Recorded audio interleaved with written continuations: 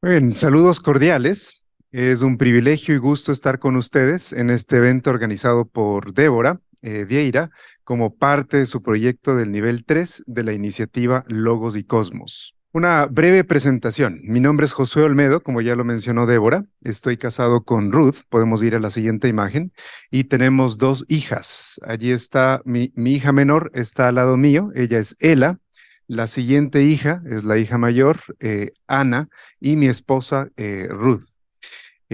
Tenemos dos hijas adolescentes, 13 años y 17 años. Ruth sirve como secretaria general de la CESE Ecuador, es del movimiento afiliado a IFES, igual que a BV.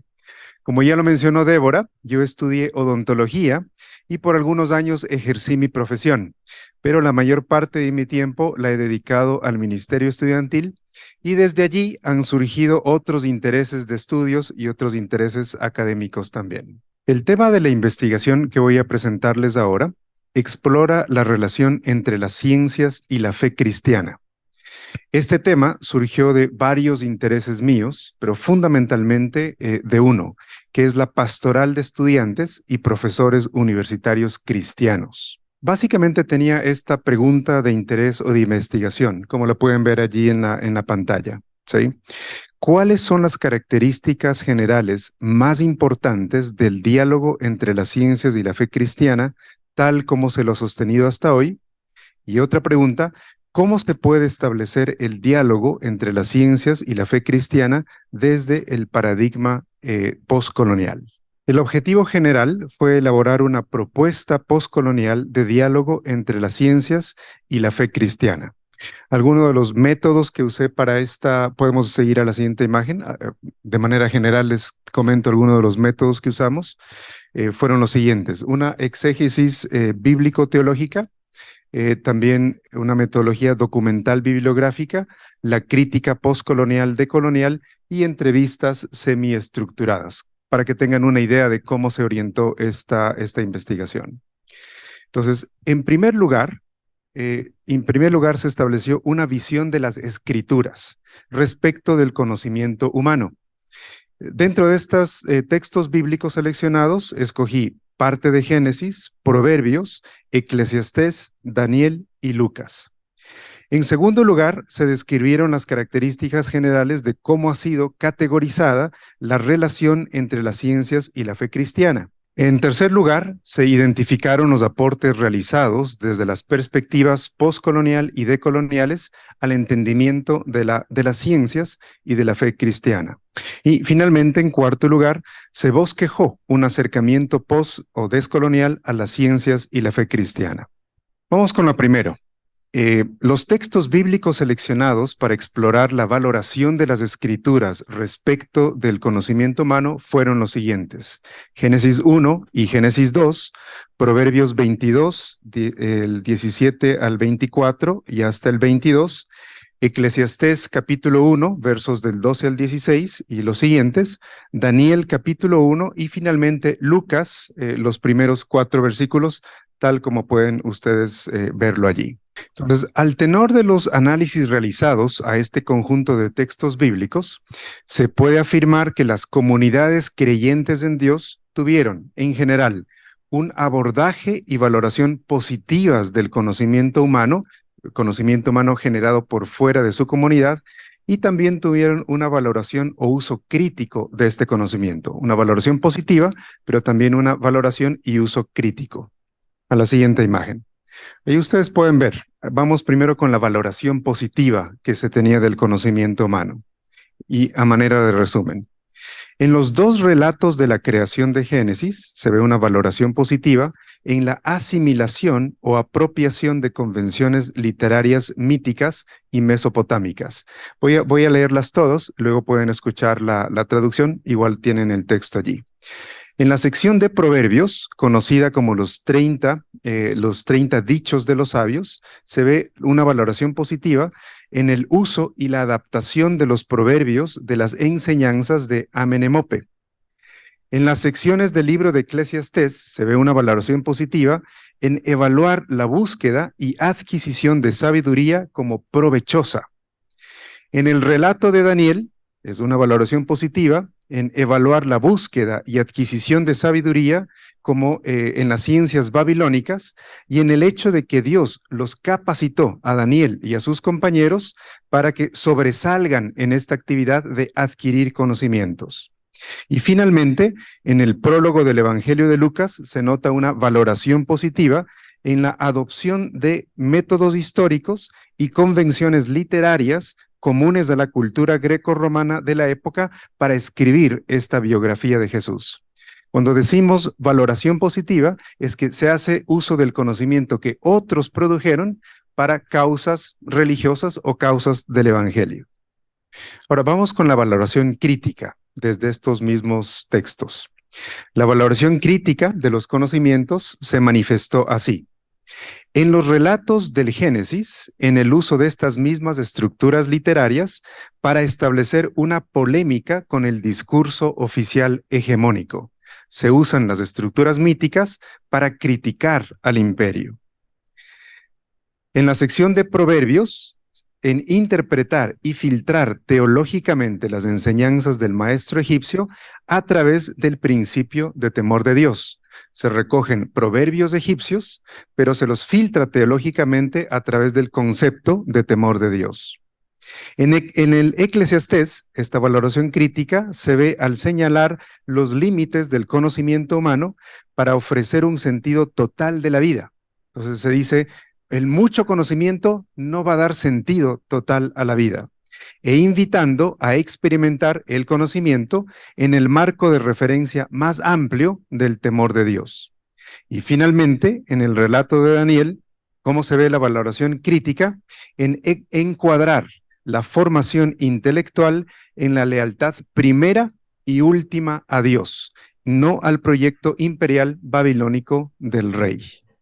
Y una observación final sobre el prólogo del Evangelio de Lucas es que no se percibe de una manera obvia en este prólogo, en esta introducción, alguna nota polémica o crítica como tal con los métodos y convenciones adoptadas. Eso respecto de los textos bíblicos.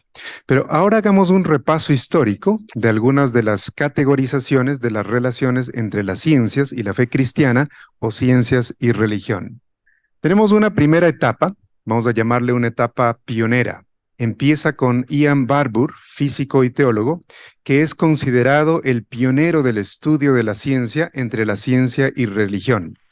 Él propuso una primera tipificación que se mantiene muy actual por ser bien sencilla y bien intuitiva. Es muy didáctica. No es muy precisa, pero sí es muy didáctica.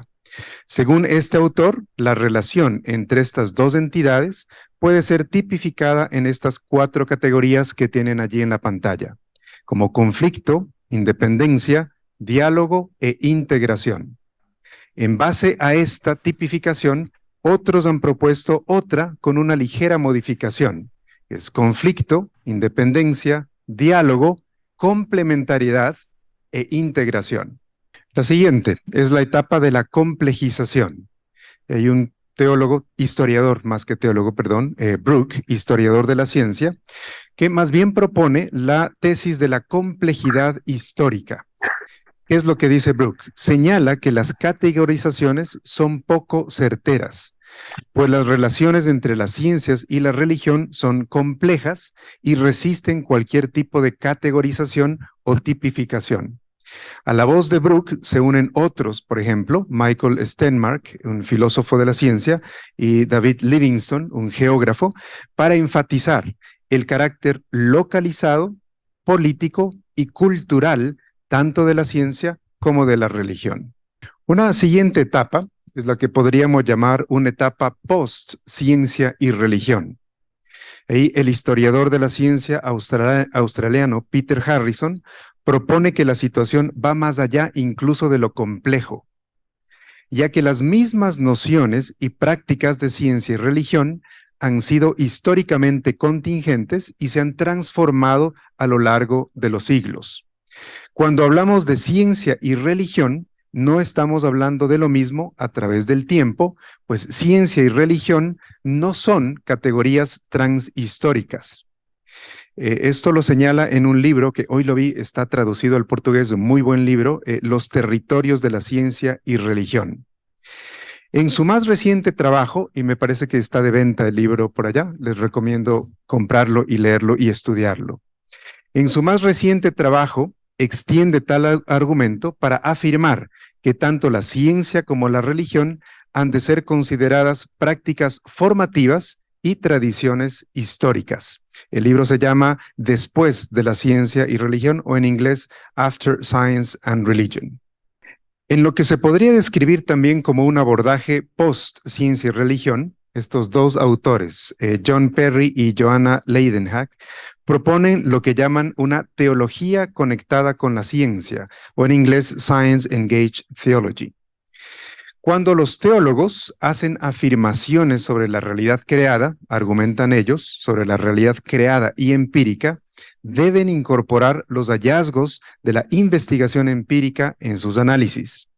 Los resultados de la investigación científica deben ser incorporados, cuando sea necesario, junto a la exégesis bíblica, estudios históricos, consideraciones filosóficas, como parte de todos los recursos de su reflexión teológica. Este tipo de teología comprometida con la ciencia es considerar a la ciencia como una fuente teológica. Es una teología académica en diálogo con otras disciplinas académicas, lo que va a evitar el aislamiento, por ejemplo, en la hiperespecialización, y también potencia mucho la interdisciplinaridad. Pero para terminar, una breve explicación con esta propuesta. Estos autores dicen, la pregunta no es la siguiente: ¿puede la doctrina A y la teoría científica B relacionarse? O ¿cómo la doctrina A y la teoría científica B podrían relacionarse? Dicen, esa no es la manera de preguntarnos asuntos sobre religión y ciencia, sino más bien, dice, la pregunta debe ser así: ¿cómo el hallazgo científico B ilumina, matiza, corrige o corrobora una posición en la teología A? Ahora, hay otros esfuerzos realmente para entender el vínculo entre ciencias y religión, o ciencias y fe cristiana. Vamos a la siguiente imagen. Otros se han dedicado a explorar esta relación entre las ciencias y la fe cristiana desde algunas teologías en particular. La tienen allí en la imagen. Entonces, por ejemplo, tenemos desde la ortodoxia oriental, al autor Christopher Knight, que dice la ortodoxia oriental y el diálogo ciencia y teología.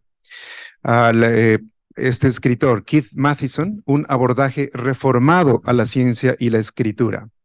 Dos pentecostales, J.K. Smith y Amos Young, de Ciencia y Espíritu, un diálogo pentecostal con las ciencias. Tenemos a alguien, representante de la ortodoxia radical, el filósofo John Milbank, por ejemplo, en uno de los más recientes trabajos, donde habla de religión, ciencia y magia, en donde él dice, los conflictos o las tensiones no son entre los dominios de la ciencia y la religión, sino más bien desde el siglo XII entre tres visiones distintas de la realidad física. Él las describe así: la trascendencia desencantada, la inmanencia encantada y la trascendencia encantada. Si alguno de ustedes está familiarizado con John Milbank, sabe que tiene argumentos bastante sofisticados y complejos, pero es parte del trabajo que se hace en encontrar maneras de vincular ciencias y religión, o ciencias y fe cristiana. La siguiente imagen, brevemente voy a mencionar a otra persona que ha estudiado mucho cuestiones de ciencia y religión, que es el profesor Alister McGrath. Y él dice, podríamos entender ciencia y religión usando estas 4 analogías. Muy brevemente las explico. La primera analogía es de las perspectivas. Ciencia y religión miran a la realidad desde diferentes perspectivas. La segunda analogía es la analogía de los estratos. La realidad es muy estratificada y necesitamos diferentes herramientas para acercarnos a estos diferentes estratos. Una tercera analogía es la analogía de los mapas. Para mirar la realidad necesitamos diferentes tipos de mapas para poder entenderla. Y finalmente, la cuarta analogía, no es propia de él, es la analogía de los 2 libros. Es una analogía de inspiración cristiana en que básicamente somos invitados a leer, interpretar e interactuar con el libro de la naturaleza y con el libro de la palabra de Dios o las escrituras. Eh, Otro autor que se ha dedicado también al vínculo entre ciencias y religión es el teólogo Juan Navarrete, un teólogo de la liberación, que fundamentalmente hace el análisis de tres teólogos de la liberación: Pedro Trigo, Juan Luis II y Leonardo Boff, y examina en ellos cómo han visto el vínculo entre ciencias y fe cristiana. A manera de un resumen rápido, elogia en ellos que hacen muy buenos acercamientos desde las ciencias sociales y humanas. Pero también algunos de ellos, por ejemplo, Boff, hacen acercamientos a las ciencias naturales o ciencias exactas. La crítica que hace Navarrete a estos teólogos es que cuando usan las ciencias naturales para algunas afirmaciones teológicas, tienden a caer en el error del concordismo, es decir, buscar equivalentes en las escrituras y en el mundo de las ciencias.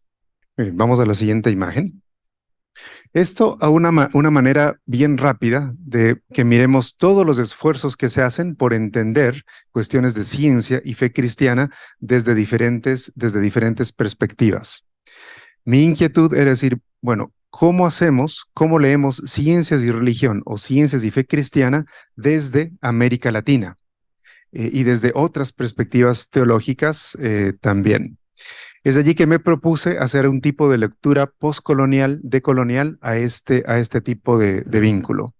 Eh, Quiero solamente señalar acá los cuatro ejes de este tipo de metodología o fase postcolonial y decolonial. No voy a explicar en detalle todo eso hoy, voy a concentrarme mucho más en cuestiones del análisis del discurso en unos minutos, pero quiero que ustedes sepan, por lo menos en base a cuatro ejes hice este estudio: análisis del discurso, crítica del poder, la identificación de resistencias y finalmente la identificación de alternativas. Pero vamos con una breve definición de lo que es lo postcolonial. Vamos con la siguiente imagen. Una definición sencilla con el profesor que aprendí esto, ¿no? Un teólogo alemán, católico. El interés principal de las críticas postcoloniales es demostrar cómo y en qué medida el poder colonial, imperial o neocolonial influye en el campo epistemológico y hermenéutico, de modo que la producción de saber a lo largo de los siglos de colonialismo occidental sirvió a los intereses de los poderes coloniales. Vamos a la siguiente imagen. El teólogo argentino, teólogo y antropólogo argentino, Nicolás Panotto, describe el pensamiento decolonial como la corriente crítica de las dinámicas sociopolíticas coloniales.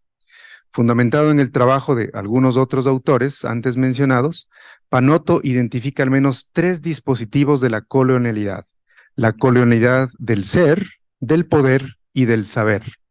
A estos mismos dispositivos coloniales, Castro Gómez, un filósofo colombiano, los describe como la estructura triangular de la colonialidad. Una breve definición del pensamiento decolonial viene a continuación.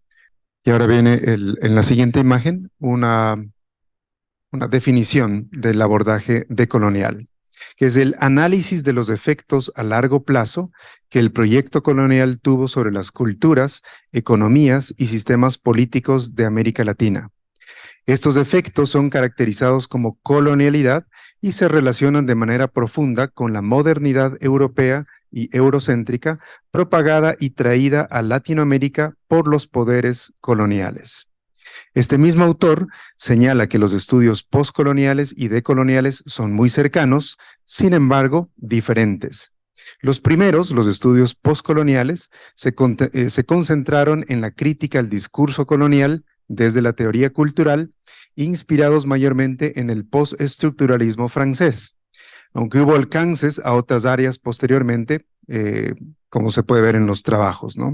Los segundos, el abordaje decolonial, nacen más bien en un contexto interdisciplinar donde las disciplinas como la economía jugaron un papel preponderante para la reflexión y acción.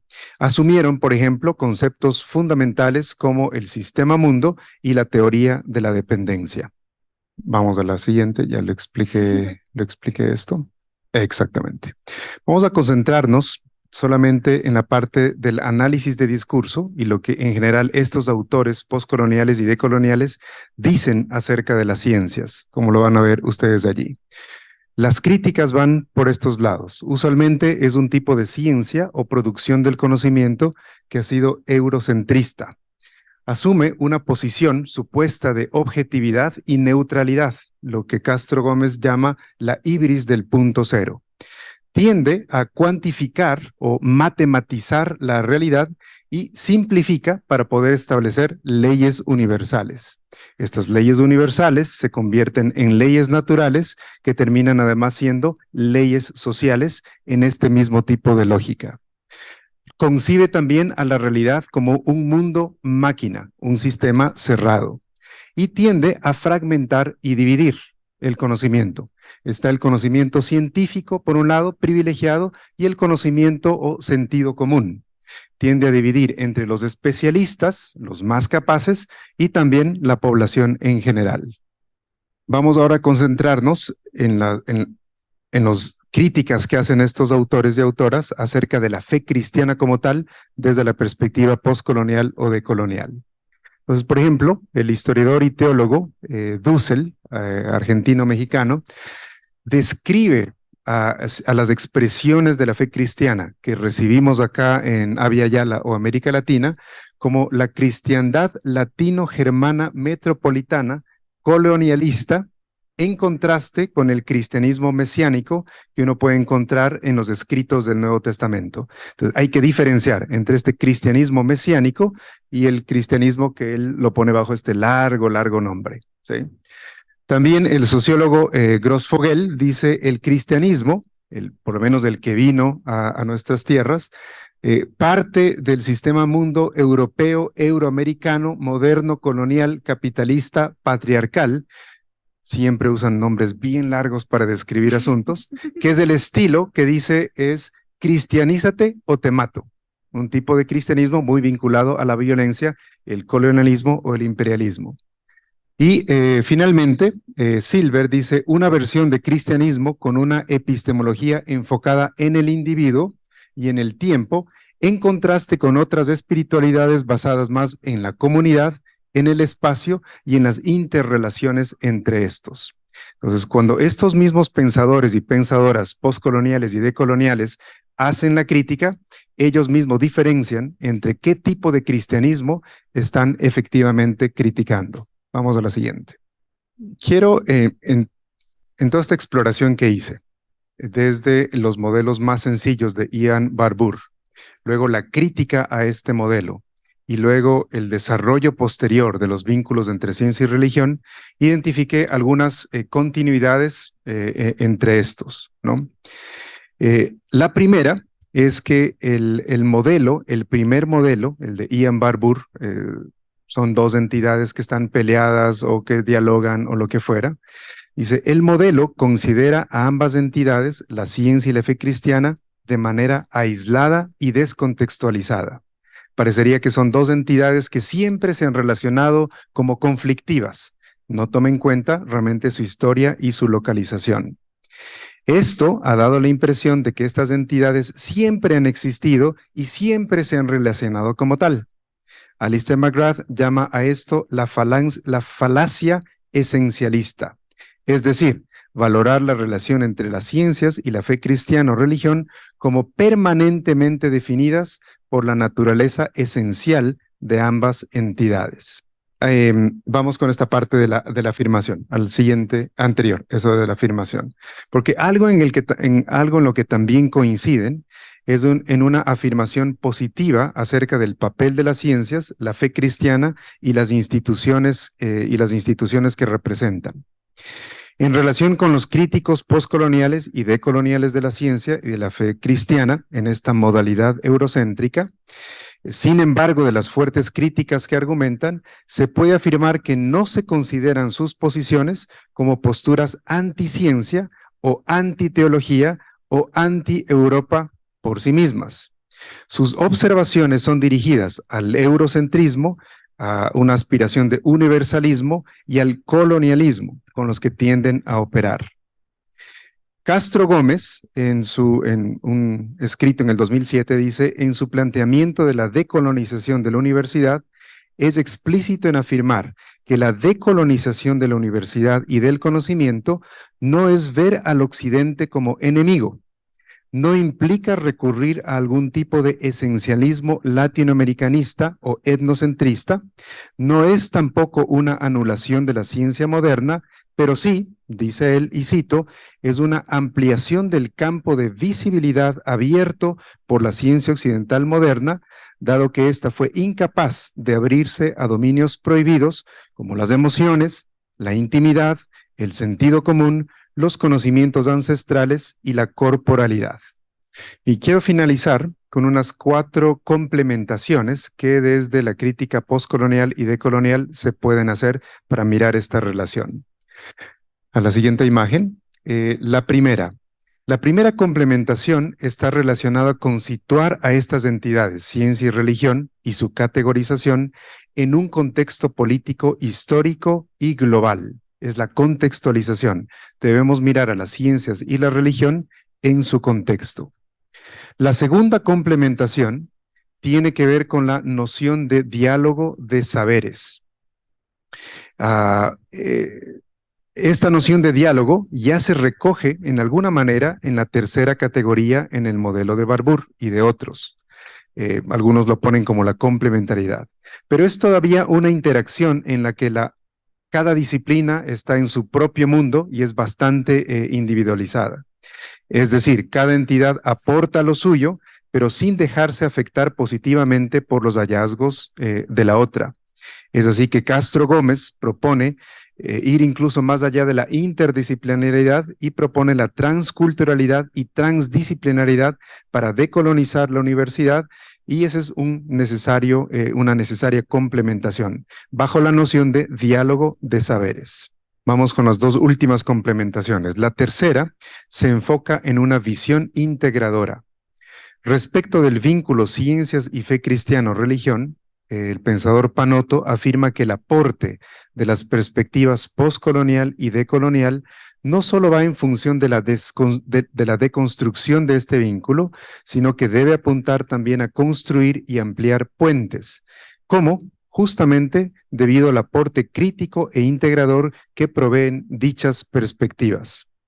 Desde las miradas postcolonial y decolonial, afirma Panotto, la construcción de saberes tiene en sí misma una dimensión crítica manifestada en estos elementos. Uno de ellos es, por ejemplo, el empoderamiento del sujeto que construye el conocimiento y la construcción de otros conocimientos y la crítica de los cánones establecidos. Entonces, la primera complementación tenía que ver con contexto. La segunda, con esta noción de diálogo de saberes. La tercera complementación, con una visión integradora. Y la cuarta complementación tiene que ver con el papel del académico.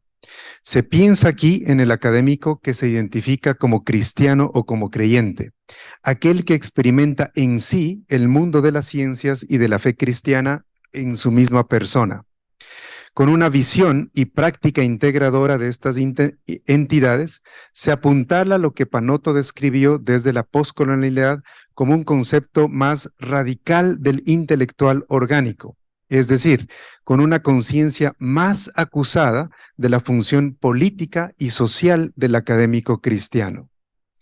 Si Panotto ha enfatizado el papel político y social del académico creyente, Góngora, otro pensador, Alvin Góngora, enfatiza su responsabilidad ética. Y eso tiene que ver con el rol del académico, un rol mucho más político, mucho más social y mucho más ético que tiene el académico cristiano, el investigador, investigadora cristiana allí en la universidad. Muchísimas gracias por su atención, gracias por la paciencia del español portugués en un tema que puede ser un poquito como denso, pero espero haberles servido con algunos elementos para entender su vocación cristiana como estudiantes de pregrado, estudiantes de posgrado y también docentes universitarios. Agora, por questão do tempo estar um pouco avançado também, a gente vai pegar uma pergunta daqui do presencial e uma pergunta de quem está online para o Josué responder. Primeira pergunta, daqui do pessoal do presencial, que contribuições o cristianismo pode dar para a descolonização das ciências, ou decolonização? En parte es lo que compartí en esta noche, algo como para añadir que viene ahora a mi mente, es que la fe cristiana es siempre una invitación a cuestionar los poderes, porque creemos en el Dios creador de los cielos y de la tierra que lo sostiene todo. Por lo tanto, cualquier tipo de pretensión de conocimiento o pretensión de poder siempre será secundario. Pero lo interesante es que desde la fe cristiana lo hacemos en una paradoja. ¿Cuál es la paradoja? Una, creemos en Jesucristo, de quien la Biblia afirma, en quien están escondidos todos los tesoros de la sabiduría y el poder, la sabiduría y el conocimiento. Eso afirma Pablo en Colosenses. Pero este Jesucristo, en quien están escondidos toda la sabiduría y todo el conocimiento, es un Dios que está crucificado, reina desde la debilidad. Ahí está la paradoja. Entonces, cuestionamos y criticamos todo tipo de conocimiento absolutista o todo poder que quiera volverse absoluto, pero lo hacemos desde una posición de nuestro rey, que fue un rey crucificado.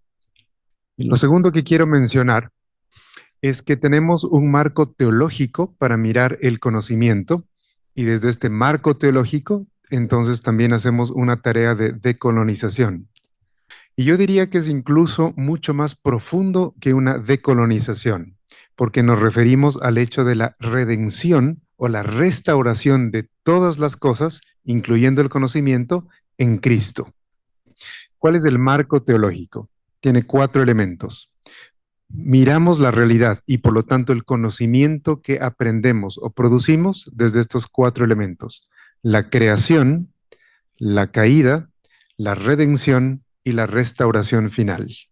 Entonces, pasa por un proceso de decolonización, pero fundamentalmente va hacia la restauración de todo conocimiento en Cristo. Eso por ahora, para ir a otra pregunta. A outra pergunta: quais aproximações existem entre o pós-colonial e o realismo crístico de Alistair McGrath? Muy buena pregunta. Voy a aventurarme en un tipo de respuesta. ¿Ya? El realismo crítico de McGrath se basa fundamentalmente en una teoría social de la realidad estratificada de Roy Bhaskar. Como la realidad es estratificada, necesitamos diferentes tipos de teorías o herramientas para comprender cada uno de estos estratos. A este conjunto teórico, el profesor McGrath lo conoce o lo denomina la teología científica. Ahí me aventuro en mi respuesta y en la conexión con lo postcolonial, porque cuando McGrath describe que necesitamos diferentes abordajes teóricos o de herramientas para conocer esta realidad, entonces relativiza, en el buen sentido, cada uno de los abordajes teóricos y también instrumentales para conocer la realidad. No hay uno solo que sea más valioso que otros. Necesitamos varios abordajes para comprender la realidad. Allí miro una conexión con un abordaje postcolonial o decolonial, en el sentido de que tienden a deconstruir o relativizar cualquier tipo de acercamiento que quiera volverse absoluto. Es decir, que pensadores y pensadoras postcoloniales y decoloniales enfatizan el diálogo de los saberes para un mejor entendimiento y una mejor convivencia. Hasta ahí mi aventura con intentar vincular McGrath e o pensamento pós-colonial. E eu peguei mais uma pergunta. Muda muito a discussão de perspectiva decolonial, pós-colonial, quando a gente fala dessa teoria na América Latina, de língua espanhola e Brasil e África. Você tem alguma noção dessas distinções? Tem muitas distinções? Conozco muy poco de la literatura postcolonial o decolonial en África y Brasil, pero en términos generales podría decir que el pensamiento y práctica postcolonial nace o se origina primero en Medio Oriente y África, y con una fuerte influencia del postestructuralismo francés, del pensamiento postmoderno. Usualmente el pensamiento decolonial viene desde América Latina o Abya Yala, incluye esto Brasil, y lo que añade el pensamiento postcolonial es que además del análisis crítico de los discursos, tiene un fuerte componente de crítica al sistema económico que ha creado las desigualdades. Hay algunos autores que quieren enfatizar mucho más la diferencia entre estos dos pensamientos, pero al menos para los propósitos de mi investigación y de la tesis los mantuve bastante cercanos. Con esto termino. El pensamiento postcolonial se hizo mucho más vigente en el tipo de naciones, en los países, naciones, que lograron independencias políticas luego de la Segunda Guerra Mundial. Entonces tenemos India y muchos países en África. El pensamiento decolonial, mucho más vigente en América Latina, porque tenemos mucho más siglos de experiencia de la colonialidad y por lo menos ya unos 200 años de las independencias políticas. Esos serían algunos de los elementos que ahora comparto.